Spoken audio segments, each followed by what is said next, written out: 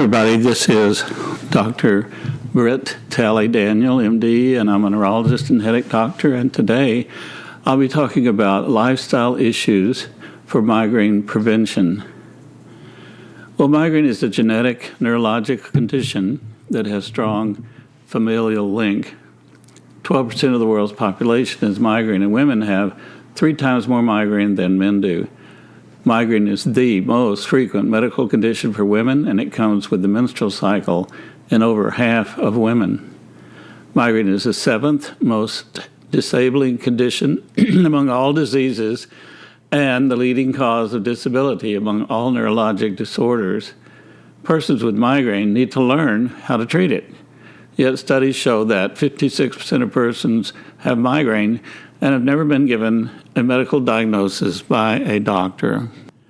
Could migraine be improved by paying close attention to lifestyle issues? This is a question with a certain answer. Lifestyle issues for migraine prevention. Well, lifestyle issues for migraine prevention are important and should be performed by all persons with migraine. The lifestyle suggestions listed below don't just help migraine, they also improve general health and longevity.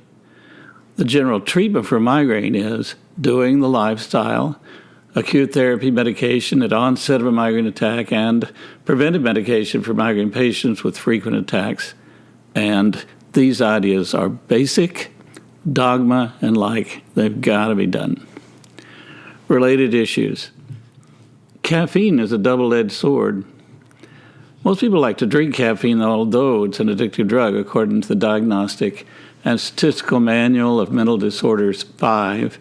Drinking caffeine can be a very pleasant experience for most people.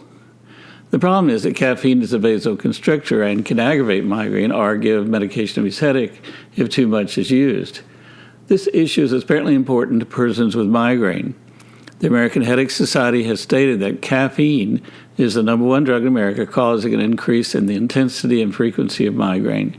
Caffeine use is confusing because many persons know that migraine can be treated by using caffeine, but they need to learn that if it's taken frequently, like more than 2 days a week, it can cause medication-induced headache, which was previously called rebound headache. As a neurologist and headache doctor, I know that many people with migraine do drink some caffeine. They get by with it and probably do okay, but it's the slow, sneaky, addictive quality of the drug that bothers me as a doctor, and I think bothers many migraine patients, so that overall I advise migraine patients to not drink caffeine. Diet issues. Avoid fasting or missing a meal. A small breakfast will suffice, but usually for most young women who fill the offices of neurologic headache doctors all over the world, the advice to eat breakfast will be met by a vacant look and denial many times. Did you know that the word breakfast means to break the fasting of sleep? If you don't eat, and without your knowing it, your pituitary gland will sense your low blood sugar and send out a hormonal signal that would cause vasodilatation of your cerebral arteries and start your hungry headache migraine, and you don't even know it. 3 meals a day is advised by all medically accepted weight loss programs, such as Jenny Craig or Weight Watchers, but my experience is that most mothers will feed their children 3 meals a day, but not themselves. Exercise.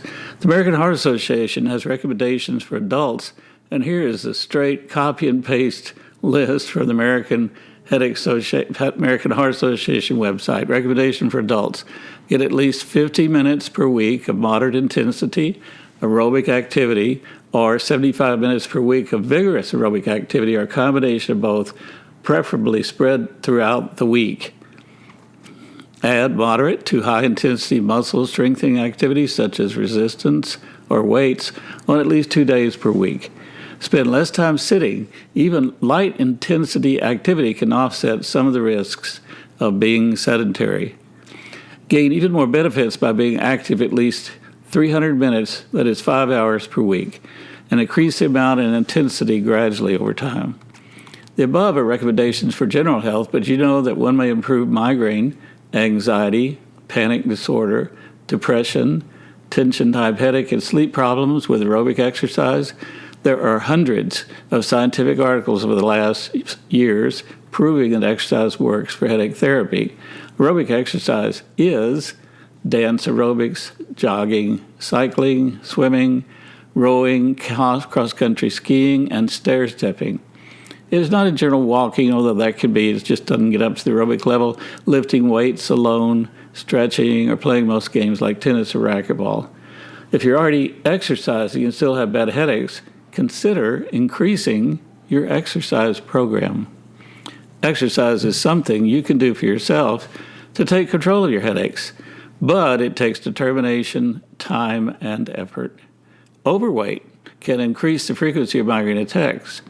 Some migraine patients get what they call a workout headache if they get hot. If this happens to you, then try to work out so you don't get so hot. Exercise in front of a fan or an air conditioning. Take a little ibuprofen, etc., half a Triptan before you work out, remembering to limit all painkillers and Triptans to no more than 2 days a week. And if you still get a workout headache, then try swimming. Adequate sleep. Migraine patients often don't sleep well. 50% of migraine patients are depressed, and 40% have GAD, which is generalized anxiety disorder, which both have insomnia as one of their cardinal symptoms. Regulate your sleep. Set your sleep-wake cycle to rise and go to sleep at the same time every day, even through the weekend. Adults should sleep between 7 and 8 hours every night. Wake up early on Saturday and Sunday mornings. Migraine may be treated by sleep restriction.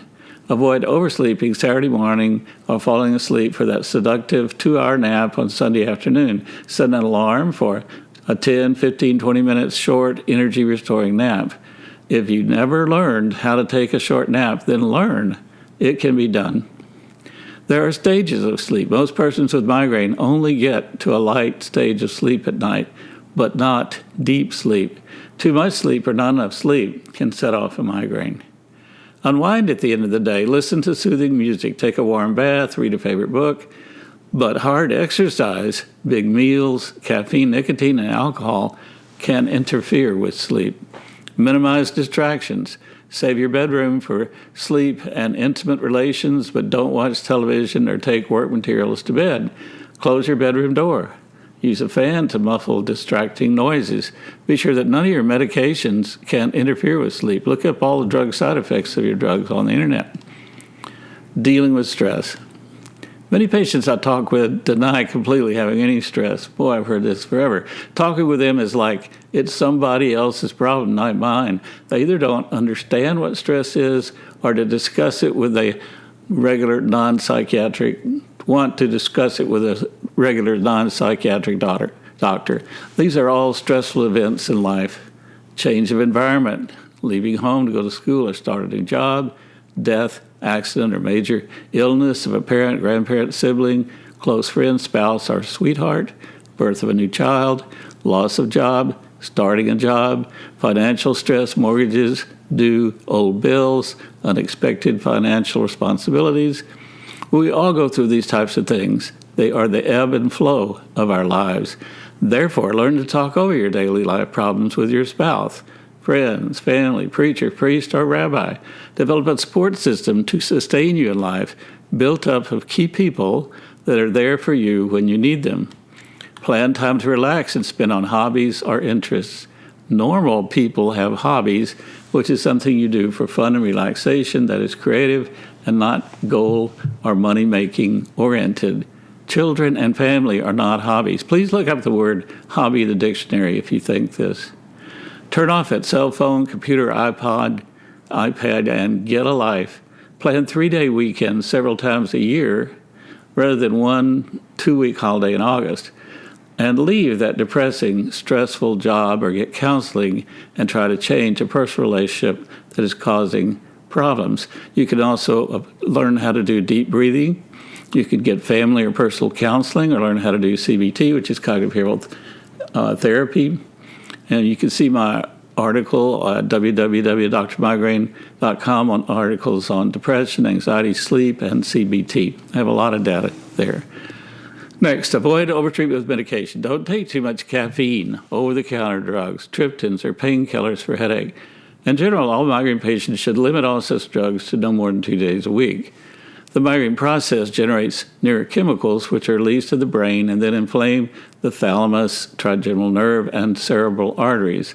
These neurochemicals stay in the body 3 days, and once they inflame the brain, they're repeatedly released every time other painkillers like caffeine, Advil, Tylenol are consumed, starting a process of continuous headache. It's like putting kerosene on a fire, and the fire never goes out. I once saw a man who told me he'd been taking 10 Excedrin migraine pills for over 50 years. That's 10 times 65 equals 650 milligrams a day of caffeine. He had a headache all that time until I convinced him to stop Excedrin, then his headaches cleared up.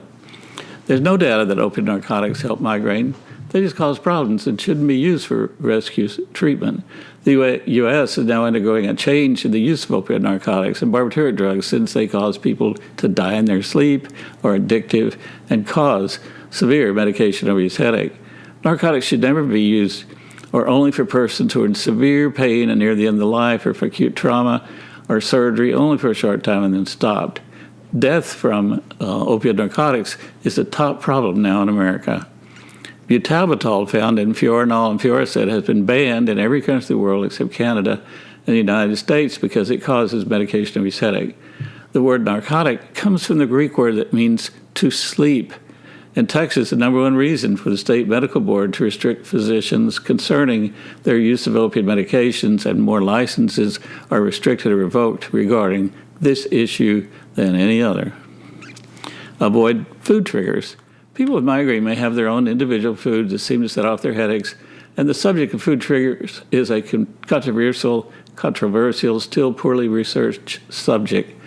Common food triggers that are listed are alcohol, chocolate, aged cheeses, MSG, red wine. If you know certain foods are a problem for you, well, don't eat them. See my article on food-triggered migraine at drmigraine.com. Eat regular, balanced meals, basing your diet primarily on fruits, vegetables, whole grains, lean protein, and healthy fats, and limiting foods that trigger an attack if you know there are foods like that.